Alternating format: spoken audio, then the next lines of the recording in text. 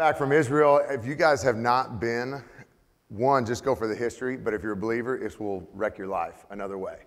Just locking everything in. It's pretty cool. But I laughed that we're a week before Thanksgiving right now, because now you guys know how this goes. You go over to somebody's family or a Friendsgiving, and it's a whole lot of mess and eating, and fights break out. It sounds like the offensive line and what dinners that we used to go to. But it always reminds me, like one of my favorite stories playing for the Cowboys is when we go out for dinners, or more specifically, our rookie dinners. So you guys have probably heard of some of these, but we took, Doug Free was our rookie one year. He just retired a couple years ago, but he was a right tackle for a long time. A great guy, but we went out to Papa's Brothers. You guys ever been there, right? It's one of the nicest steakhouses, and it's like the best. And I will stand it up against Bob's and fight anybody who wants to come at me about it. But we go to Papa's Brothers. We have an O-line dinner, and we always invite tight ends, running backs, and everybody who wants to join. We got about 20 of us elephants tromping into Papa's Brothers one night. And everybody knows that we're here. Okay, it's about 20,000 pounds just walking through this door of nice wood and just a bunch of meatheads tromping in. But we walk in, they give us a side room because they know we're a mess. About 20 of us guys. But we have the entire offensive line, all of our backups. But we set us in this big kind of long rectangular table, if you've ever been there and been one of these side rooms. And we have Marco Rivera, Flozell Adams, Andre Gerard, who's usually asleep by his third bowl of lobster bisque, and Marion Barber, Julius Jones, Mark Colombo, who just took over the O-line job, right, for the Cowboys, which is pretty awesome. Myself, Jason Witten, a bunch of other guys in the room. So a pretty prominent group, right? And so we're in here, and we're making a mess out of the place, smashing steak, eating lobster, doing the thing, and the bill comes to Marco. Marco gets the bill. It's for $8,000. And so you act surprised like that's not a regular meal out or something, right? But he gets the bill, and Doug's sitting over here on this side of the table. He gets the bill. He's like, all right, Doug, rookie dinner, you're up. This is your job to pay for this. And I know this is a lot. You're only a fourth-round draft pick. You don't have a huge bonus, okay?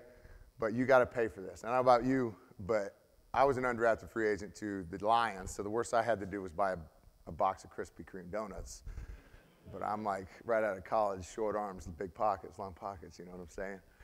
But he says, like, all right, I know this, but we're going to help you out, but you got to do something for us in return. And so he's okay. So Marco looks around the table at first. And he sees all a bunch of scraps. And he goes, all right, I got it. He goes, you see all these leftover butter containers sitting on the table? You guys don't know what's going on. Come on, man. He goes, I want you to take all these. And he hands him a water glass. I want you to put them all in this water glass, and we're going to have you chug it. It's not that gross. It's like, there's been way worse than that. But he goes, all right, no problem. I would do that 100% to save me some money, because I would do that. So, all right, he starts doing this. We start dumping a bunch of this leftover butter in this cup of water, and the word spreads around the restaurant, so all the waiters and waitresses are filling the room now because they want to see this go on. Nobody's getting served outside at all.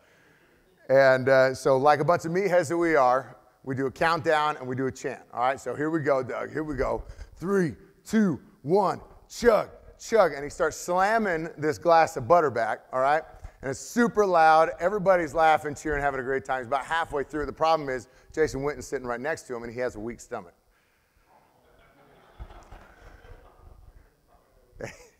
And he starts gagging a little bit. So he starts and it goes 0 to 60 in about 2.5 seconds.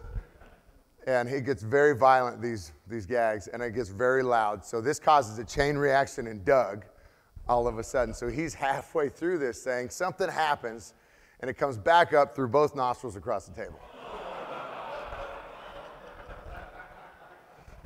This is a whole different meaning to butter in your biscuits, you know. It's different.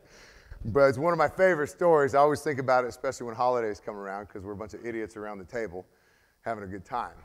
But the fact of the matter was that table of men, that group of guys were building me for a bigger fight in my life that I could imagine, right? And it was funny because I'm in Israel the last 2 weeks, and I'm sitting here thinking, man, I want something to say, something different I want to come at you guys with this week. And we're sitting on the Mount of Beatitudes, where Jesus gave the Sermon on the Mount.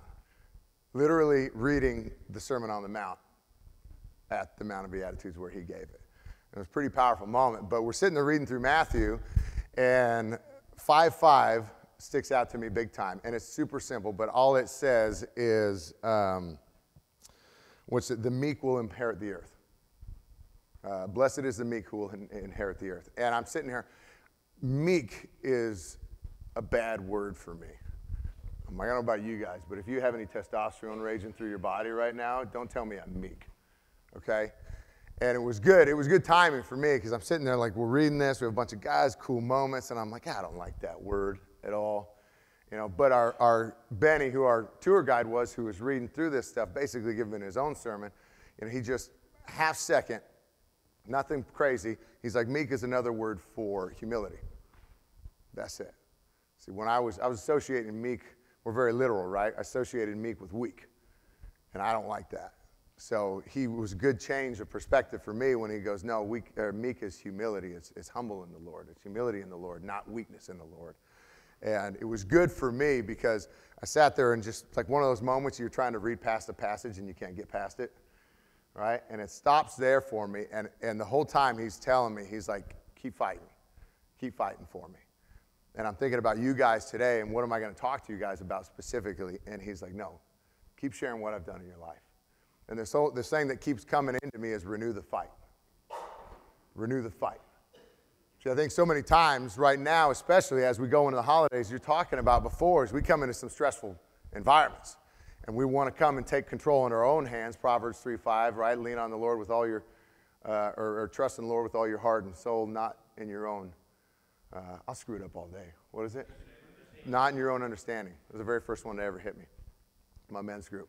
But I struggle with that all the time, where I want to take the reins back, always. And of course, we plan our ways, but I always want to take it back to me and not necessarily to him in the first step.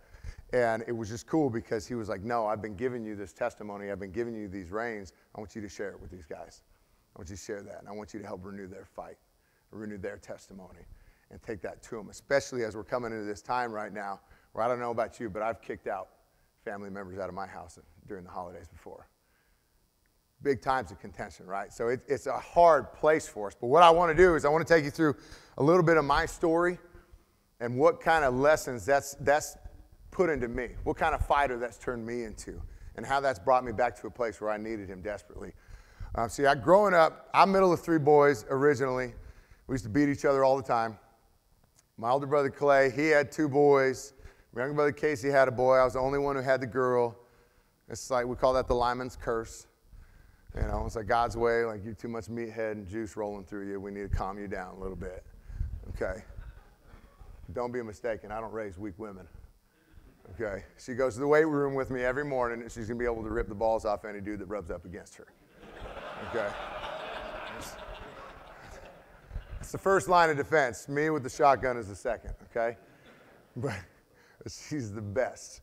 But so we coming up, raising us three boys, we were tight together all the time. But it was about 9 years old, my age, when our folks sat us down in the middle of the living room on the couch and told us they were going to get a divorce.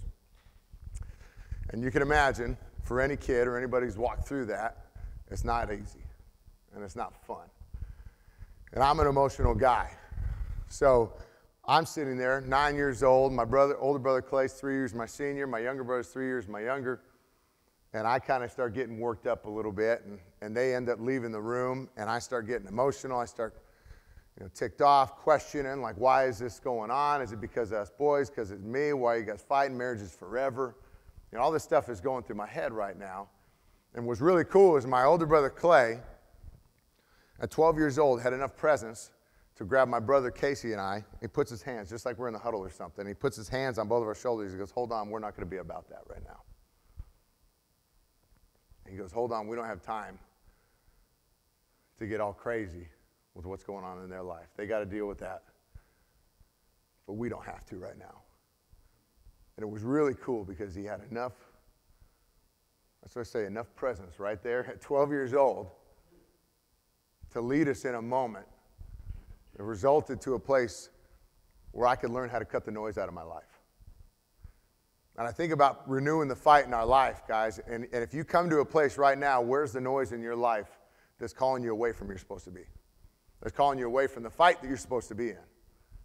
Right? Because if the enemy can't keep you in the fight, he's going to keep you away from it somehow. And that might be in your marriage, work, or wherever relationship you're dealing with right now. But you got to think of what kind of voice is pouring into your head. And on top of it, if you're a husband or you're a father at all, or even a leader in any aspect of work with you, and I'm telling you, you're a man, you should be a leader. You should be expecting that. What kind of voices are other people hearing around you? When your kids are walking to school, are they hearing the jerk at school who's talking to them, or are they overhearing your voice telling them how much they love them? One of the coolest moments, this is what I love about the church, is the equipping that takes place. Right? I didn't find God till really after, and I'm going to get into that a little more, but after my days playing in the league. But I got into the church and the equipping started taking place, and so I love life and death is in the power of the tongue, right? I love that. So I love speaking. Live speaking affirmation into my girl, my wife. And we do that with my baby girl. So she's 3 years old, almost 4. She's the biggest one in her class. She's humongous right now, which I love. She comes up to right here, and everybody thinks she's 5, which is I'm like kind of okay with, right? Because it's a little tough because she overbears other kids sometimes and just grabs stuff that she wants. So I'm like, yeah, take what you want, but you got to be nice. But coming into church, all of a sudden it started changing the way I was talking to her. And so in her crib, when we put her to bed, I would start talking to her every night. I started telling her, I said, baby, you're so strong. And I'd have her repeat back to me. She didn't do it every time, right? But I'd tell her, I'd say, tell me, Grace. I'm like, tell me you're strong. She goes, I'm strong. Tell me you're beautiful. I said, I'm beautiful. Tell me you're tough. I'm tough. She said, tell me Daddy loves you. I said, Daddy loves me. All right, and I do the same. Tell me God loves me. God loves me. At first, she didn't like God. She liked Jesus, but she liked God. Or she liked Jesus, but she didn't like God. It was a conflicting thing. We had to get over that. But the coolest thing was about 4 or 5 months ago, I had a shoulder surgery, just a scope, nothing crazy. And I'm coming out of anesthesia, and she's sitting with Megan, my wife, sitting with Mama, and she wants to climb into bed with me because she can tell that I'm hurting and something's wrong, right? But she climbs into bed with me. I got a picture on my social media because I loved it. But I'm kind of coming out, and she's sitting right next to me, and she whispers into my ear, Daddy, you're so strong. And I'm thinking about times like that. That's when I know God's got me on some right track. Because when other people around me start doing it, that's when I know the noise is not getting to me. The noise is not getting to them. So if you know how to cut the noise out of your life, you know you're going to be on the right fight. That's how we start renewing it. And it was a tough thing, but growing up, we go through that divorce, okay? And that was hard. As we move around, all of a sudden we kind of go on this carousel of movement now. And I go, in that age, 9 to 13, so I go to like 7 different schools in that 4 or 5 year period. We move around a ton, right? Back and forth, 6 months with Dad, 6 months with Mom. It was not fun. But I landed in Gig Harbor, Washington at Goodman Middle School. And we're walking around. And I'm going down the hallway one day, and there's this big dude down the end of the hallway. He sees me. I see him. He's this big guy. He's wearing a football jersey. I don't know what's going on. But you know how the only thing I knew about the guy was that he'd beat up some people. I'd seen him just rail some dude in the jaw one time. And he'd been suspended a bunch. He was a teacher's problem. One of those people, right? That's all I knew about the guy. But I saw him at the end of the hallway, in between periods. So there's a bunch of people walking around in this narrow hallway, and he locks eyes on me. And you know how you lock eyes on somebody you don't want to talk to? You go into avoid mode all of a sudden. You like turn right into the Starbucks. I'm like, I'm getting out of here, right? I didn't have room to do that. So we're walking towards the guy, and he's locked eyes on me, and I go into avoid mode all of a sudden, but I'm basically ping-ponging off the walls at this school here in 7th grade, and I'm sitting there, I'm like, I've never been in a fight before. I'm like, I'm probably going to start crying. I'm like, give me something to eat. Chubby Bunny needs some chips. You know, and we get up to each other right here, and I'm sitting there holding my breath, And he stops, and he just kind of looks me up and down for a second. And he makes an observation. All he says is, "You're a big dude, man. You should come play football with us." All right, cool. So I'm sitting there thinking he's going to wallop on me, right? But it was cool, because I think about a moment that's as small as that right now. This guy had no idea where I was at in my life. This guy had no idea I'm on my 7th different school right now. And I've been moving around all the time trying to make friends. I make a friend and move, make a friend and move, make somebody get close and move and lose those relationships and keep moving on. I'm just waiting for my 8th school, or when the 8th move, the new move is coming along. But this guy had no idea where I was and what's happening in my own head and the turmoil with my parents. And he stops, makes an observation, and it makes an invite that changes my life. This guy has no idea what's happening right now. Think of a different scenario, a lot of crazy crap that's going on today, right? This guy stopped, made a change, and it puts me in a family where I can get some character rolling.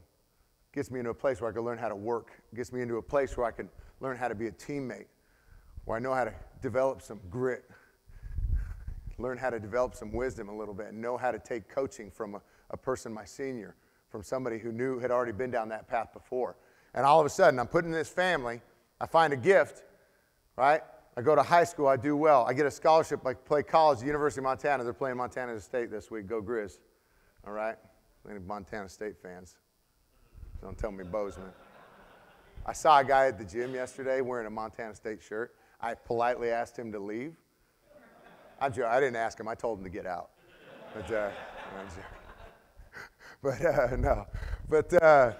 But I get the scholarship, and ultimately I go play in the NFL for 6 years for the Dallas Cowboys, and I'm sitting here talking to you guys right now.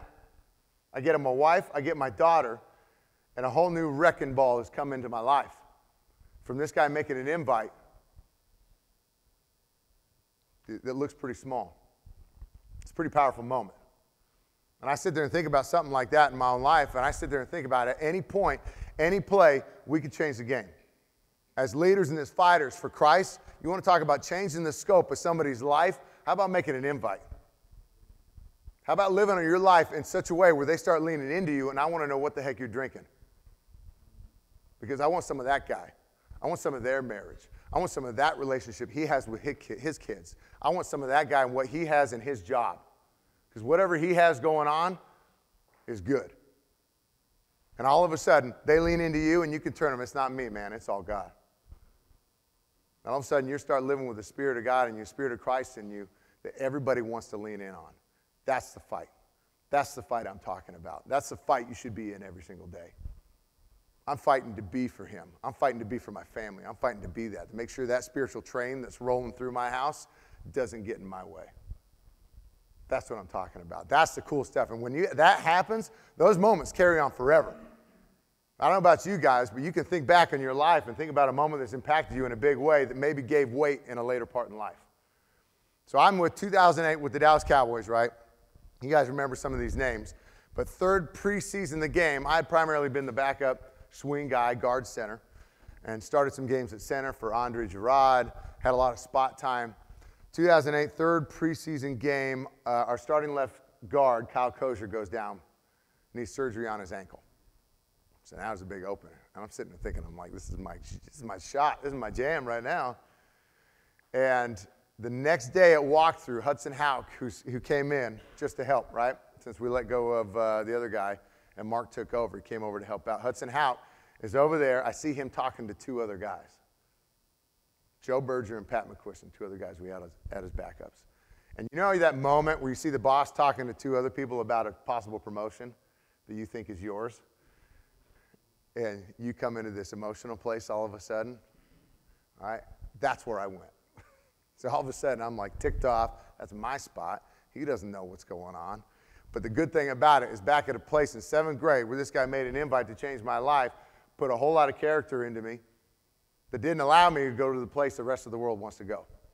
The rest of the world wants to turn it away and say, start cussing. Right? That guy doesn't know anything about me, doesn't know my potential, doesn't know what I can do, doesn't do anything. And they walk over here. I'm going to grab the first person that's going to let me vent and let me cuss, let me do all this stuff and live in this place of pity. That's not where we're called to be. I'm talking about a place before I found Christ too. It's pretty amazing, even the things he can do with unbelievers.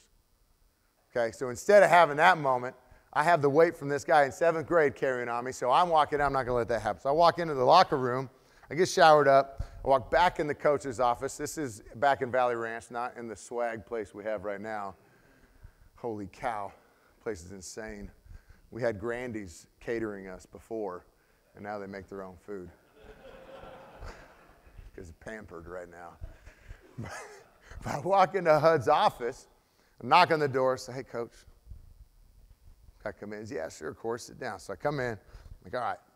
Sit down at his desk right across from right here. I think that left guard spot is mine, coach. And he kind of sits back. I just let it sit, you know. What are you talking about? Because you're my backup center. Because you go in the game and you get hurt, who's going to play center for me? Who's going to be in that spot? I go, all due respect, coach, I'm not going to get hurt, which we know is a big old lie. But I got to say what I got to say to get in the game, you know. And he kind of sits on it. He goes, all right. He goes, well, let me think on that. He goes, we'll go into this game. He goes, we're going to revisit this. I go, okay, cool. So we go into that 4th preseason game. I play center. The entire game, I get like 5 reps at left guard the very end of the game. Joe and Pat take the rest of the reps. So you could say I got short end of the stick. You could say that. Somebody wanted to go that route, right? I didn't get a shot. I didn't get a full shot. But I don't do that. I didn't have that kind of character in me, right? I go and swing the bat like I'm supposed to. So, you like that, a baseball analogy in a football world? I don't know baseball at all. But I do that. We go through the 4th preseason game. We go through cuts that weekend. And that next Monday, getting ready for practice, Wade Phillips, our head coach, walks on the field and says, hey, Cory, you're going to start left guard against the Cleveland Browns this week. I'm like, that's right, baby. That's right. That's right, I'm starting. But all of a sudden, you know that lightning bolt of fear that rolls down your back when you got to back up the words you've been talking already? That's where I was at. But all of a sudden, I go and swing the bat in the same way, and I put big old Pro Bowl Sean Rogers on his back of the end zone. We win, and I make myself a whole lot more money. Crazy. And I start a whole lot more games for the Cowboys, put a whole lot more film out there for the rest of the league, and a whole nother place comes in. You don't realize, guys, you can change the scope of somebody's life at any point. This guy back in 8th grade asked me a question, made an invite that put an impact on me that I can come into any room and I can sit there and change it whenever I want. I know I can do that. I know I have the ability to do that. God's put that in me because we're leaders. We're not weak. We're humble to Him. We're meek to Him. So He can build us up in a world that wants us to be weak altogether. Humble to Him so we can be strong in a world that wants to keep us down and not protect our wives, not protect our ladies, not protect everybody else around us, not keep each other accountable, not call out at each other when a buddy's messing around and starts hitting on some waitress when he knows that would tick off his wife. Right? That's keeping us accountable to a degree. That's what I want us to know is how to cut the noise, how to sit there and fight for those moments that we can impact somebody else's life. Because when they impact somebody else's, ours starts growing in another way too. And we start going through that in life. And one of the last stories I want to share with you is really my salvation. So I get done in the NFL. I'm with the Miami Dolphins. I rupture my patella tendon. Oh, I got close to the mic there. You can see that. I rupture my patella tendon against the Chicago Bears, Brian Urlacher of all people. He has a bald head and looks good like me, though. It's good. But it was a non-contact. It was a short screen run up, and he over-pursued. He runs underneath me, and I plant, and my patella tendon ruptures, takes half my kneecap with it. All of a sudden, my NFL career is done. Big identity issue for me. Because what I thought is my calling and my life and who I am, because I'm a football player and that's what I've always done, was gone. Big struggle. So now I go in, get a regular job. This is okay. And then I start seeing some different weaknesses of the rest of the world, some strengths that I gain in the locker room that I covet, I hold dear, right? That's a big place in my life. We cherish that. Now it's become the Christian brotherhood for me, holding each other accountable to a higher degree. But now we're in this post-football place, all right? I'm hurt, whole lot of surgeries later, get another job. And I told you, my younger brother, Casey, he had a son, Evan. Call him Big E, big old fat cheeks. And we do the first birthday thing where you shove your face in the cake and it gets all messy, and he's loving every bit of that. But right after his first birthday was when my mom called me. I'm sitting at my desk on a Monday morning in the house, and she calls me. She said, something's wrong with Big E. I said, what's up, Mom? What's going on?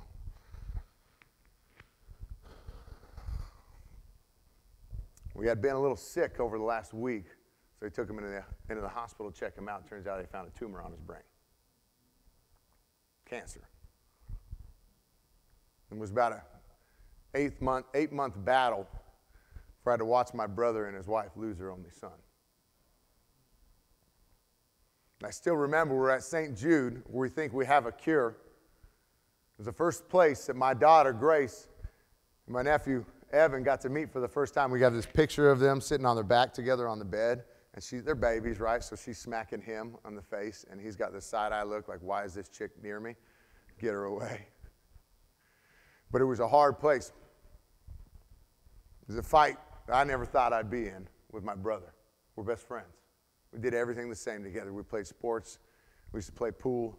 When Dad was out on vet calls, every ball that I'd make, he'd do 10 push-ups, and I'd do the same whenever he made one. I won more than he did. Hold that to him. But all of a sudden, I'm watching my best friend walk through this fight. And probably the coolest thing that I see is how he led his family, even in that situation right there. The coolest thing was him and his wife held to each other. Less than 20% of marriages who lose a child make it. Most of them end in divorce. Talk about stacking the deck against you. That's heavy.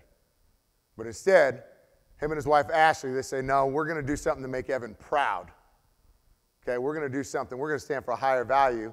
And he ends up quitting his job, goes to work for Renton Police Department up in Washington State, and she keeps going in her gym. She's a trainer and loving what she does. But we're going to hold something a lot higher than what everybody else wants to. We saw cracks turn to craters in our family. Death does some crazy stuff. And so we're walking, and the coolest thing about this, all right, is we're walking in this life, and we don't know where to go. We're ticked off. Got a real big middle finger to God right now. That's where we're at.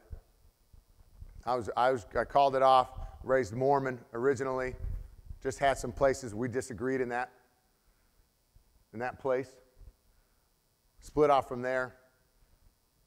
Real F-you kind of attitude. Till all of a sudden we get an invite to church one night. Had some friends over on a Saturday night. My buddy Blake Bevan, who played with the Rangers here. I was talking baseball earlier. I don't know anything that he does. He was a pitcher. That's all I know. But he was here with the Rangers. Him and his wife were over Saturday night. Turns out his wife was talking to my wife about going to church at Milestone over here at Keller. I was not privy to this information right now. But she tells him this. So they leave. Megan, my wife, closes the door when they leave, and she goes, I'm going to go to 11 a.m. service. I'm taking Grace with me. You can come if you want. And drops the mic and walks away. I don't know about you guys, but that's like challenging my authority all of a sudden. And I'm sitting there like, what? This is my house. I'm doing what I want. Fine. We're going, but I'm leading us in there. All right, let's go. That's a lesson right there in itself. Guys, your wives are supposed to challenge you. If you don't think that's the case, I tell you what, you're in for a real mess. You need to understand that real quick. They're supposed to challenge you. And she didn't know she was. But the challenge was accepted, thank goodness. But I was going purely just to meet a standard that my wife wanted, okay? So we walk into Milestone Church. This is when they're on 1709 in Southlake, closer to Southlake over there. I got my baby girl, got my wife in hand. We walk in, and I got full Goliath armor up, baby. Don't talk to me. Pastors are trying to come up, introduce themselves. I'm like, don't talk to me. I'm like, you're a joke, full on wall. They were trying to grab my baby girl from the kids ministry over here. Like, hey, we'll take your daughter. I'm like, this is my daughter, not yours. All right, walk with her. But we walk into the service, and I'm shut down already. But we know some crazy things happen. And the second worship song He puts a vision on my heart. He puts a vision in me of my nephew, Evan, sitting on his lap. I didn't hear any words necessarily, but all I had was this overwhelming feeling of I got him. He's good. And I'm sitting there snorting up every tear that I can possibly can. But it brought down the wall enough just to come back the next week. That was it. And it got me to a place where I might have, I give a guy 2 seconds to hear what he has to say about his testimony. It brought me to a place where I might come back and get in the Word. And that's what it talks in Romans. To gain faith, to grow in faith, we have to be around the Word of Christ, right? That's exactly what started happening. All of a sudden, it started moving in me. I got in a men's development group. Values started tying together biblically. And all of a sudden, he started exposing me to a whole different level in life. That's ultimately where I ended up giving myself to Christ, getting baptized, and getting rocked a whole nother way. And the cool thing about that is not necessarily for me. It's powerful for me, but the cool thing about that is just seeing what's happened in my life since then, right? The leader, he's turned into me all of a sudden that I wasn't in football. I had great characteristics in the game, but I wasn't ready to lead anybody in the game. And that's where I think he took me. He took me out of the football atmosphere because he wanted me to be a husband and get to know him first. Wasn't ready for me to be a football player anymore. Get out of that. I got something better for you. So all of a sudden, I start moving. I start growing. We start having these moments with my baby girl and my wife. We're praying together. Things are happening. Those cracks that turn to craters, all of a sudden smoothing over. And my brothers are coming down to visit for the first time. My older brother, our relationship had fractured really bad, and it smoothed. And he came down and visited and came to my men's group for the first time. Things are happening. Things are moving. And all of a sudden, the best part about this, and we'll call it accident, okay, we'll call it whatever you want to call it. I call it faith. My brother and his wife were scared to death. When we were at St. Jude, doctor had told him, he goes, the chance in this happening is 1 in 2 million. He goes, but I've had parents with multiples. And it's a hereditary thing, this cancer, but they couldn't find the reason specifically, so they're scared to death to ever try again. But thank God for some different miracles. So she's on birth control. Doc tells her, said, hey, I need to change it up.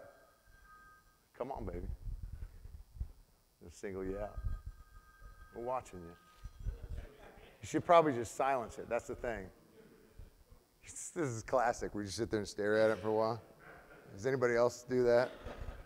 My dad does that. It's like, ah. No idea right now. But we're walking in this place, right? And all of a sudden, the doc says, all right, I need you off this birth control, but I need you off this for a month before I can put you on another one. A scary place to be if you're not sure what's going to happen, but they stay faithful like you should in marriage and keep going at it. Come on, man.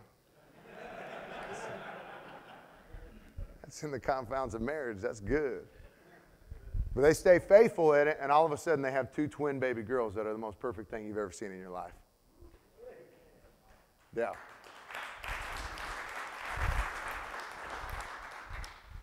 And I say that, I share that testimony with you on purpose. Luke 21:19 says, by your endurance, you'll gain your lives.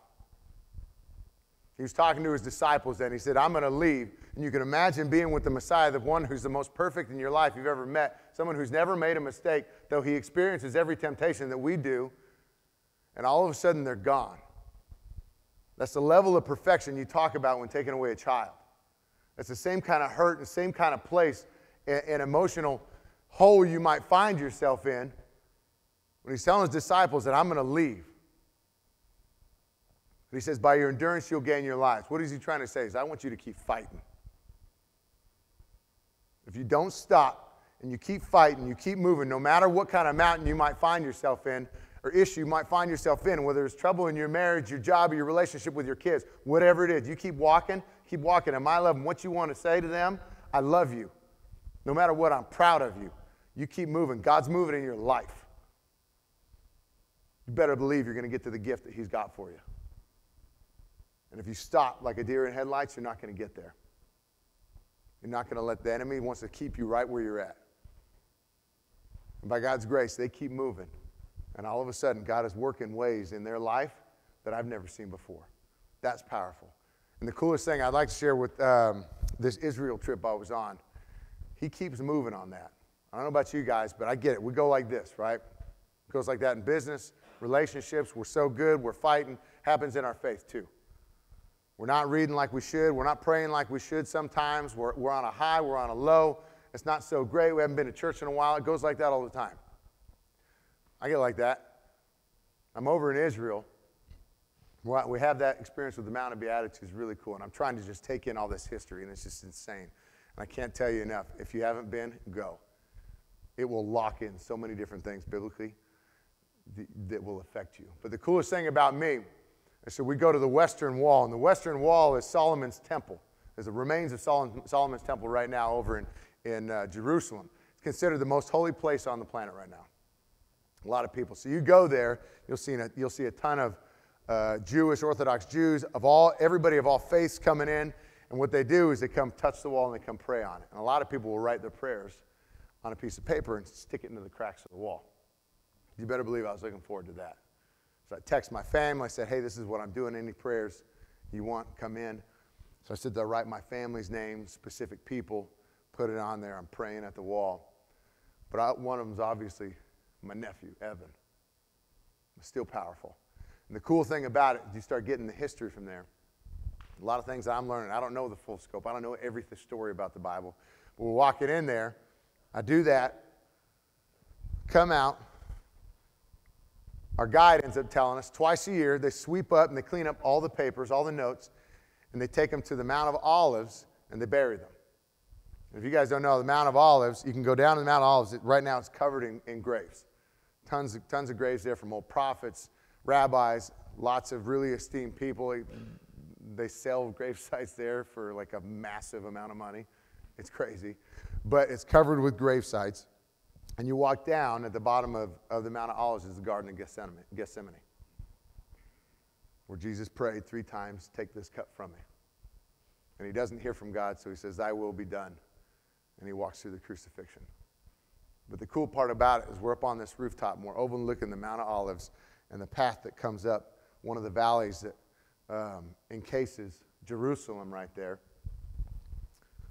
And there's a giant wall that was built around the whole city. And there's these big gates around the wall. And so one of my pastors, one of my close friends is with me on this trip. He's sharing with me the prophecy when Jesus comes back. And he goes, when Jesus comes back, it's prophesied that he's going to walk up this path. He's going to raise the dead from the Mount of Olives. And he's going to storm through that eastern gate and take his throne. And I sit there, I'm like, man, still punching me in the face. I just put a note in the wall that's going to be buried on the Mount of Olives that he's supposed to resurrect when he walks through back on this earth. And he still does it to me every day. And I'm telling you guys, if that's not worth fighting for, I don't know what you're doing.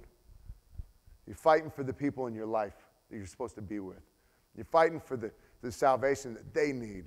You're fighting for God's love that he can experience for you. He can take a cross. He can take a crucifixion and stay on there for you. For every screwed up piece that you might bring to this world, he's making you that much stronger. He said, I got you. You know why? Because you're worth it.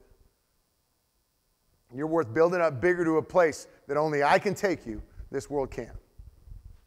You better believe that's worth fighting for. And if you guys don't get anything out of today, I want you to get this. Cut the noise out of your life. All right? Realize that you can change the scope at any day, at any time, at any place. That's what leaders do. That's what fighters do. And then remember that verse, by your endurance you'll gain your lives. You keep fighting. I don't care where you find yourself.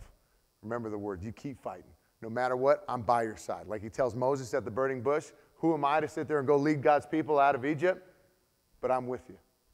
I got your back. Keep fighting. I'm thankful for you guys like crazy. I'm thankful for you guys leading out here like we're supposed to. In our neighborhood, in our communities, we're supposed to be men of God and call people up in a bigger way to make them people of God in the same way. If they can see their light, they can see the light through you, they're going to be changed. I promise you that. Are you cool if I pray it out? Or do you got somebody else you want to pray it out? Is that all right? All right. Father, thank you so much for the opportunity to be here and share my testimony for these guys, the testimony that you've given me, the story that you've given me to give light to you. Father, I ask that you anoint these guys. Anoint these guys. Take it back to their wives. Take it back to the people in their lives, to their businesses, to their kids, to whatever relationships that's in their path, to what's in their scope. You move them. Create that fight.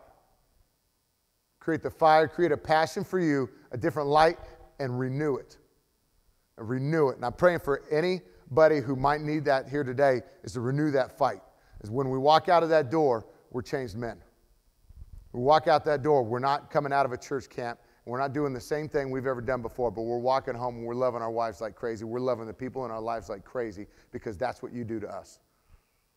Father, I'm thankful for every one of these men. Thankful for your love and thankful for every vision and every exposure that you can give to me and us. Father, thank you for this. I pray power over us. I pray power over our tongues. I pray power over our lives and our sphere of influence. And I say these names humbly in your name. Amen.